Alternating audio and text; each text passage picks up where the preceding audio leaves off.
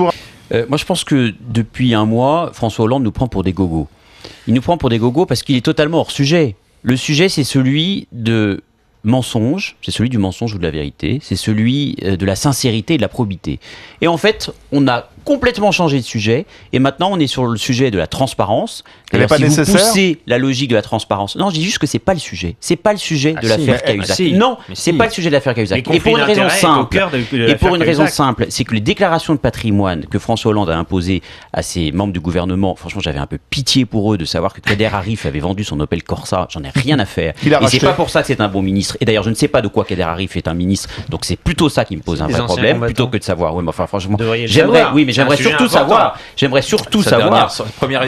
Première sortie avait pas été. Non, mais j'aimerais surtout savoir concrètement comment Kader Arif nous est utile. Parce que la seule chose qui fait qu'on parle de Kader Arif, c'est de savoir s'il a revendu son Opel Corsa. Oui, mais ce que je veux dire par là, c'est qu'effectivement, on a jeté un écran de fumée, on a essayé de passer le mistigris et la gale à toutes les personnes qui s'engagent publiquement pour leur collectivité. Il y a 500 000 élus locaux dans notre pays. Mais la France est en retard, non, par rapport à nos voisins font leur européens job de manière honnête. Et parce qu'il y avait un type qui avait la gale au Parti Socialiste, Jérôme Cahuzac, mais je vous dis juste que c'est pas parce qu'on fait une déclaration de patrimoine qu'on dit la vérité. Moi, j'aimerais bien qu'on aille prendre les déclarations de patrimoine de tous les membres du gouvernement et qu'on aille gratter un peu pour savoir s'ils disent la vérité.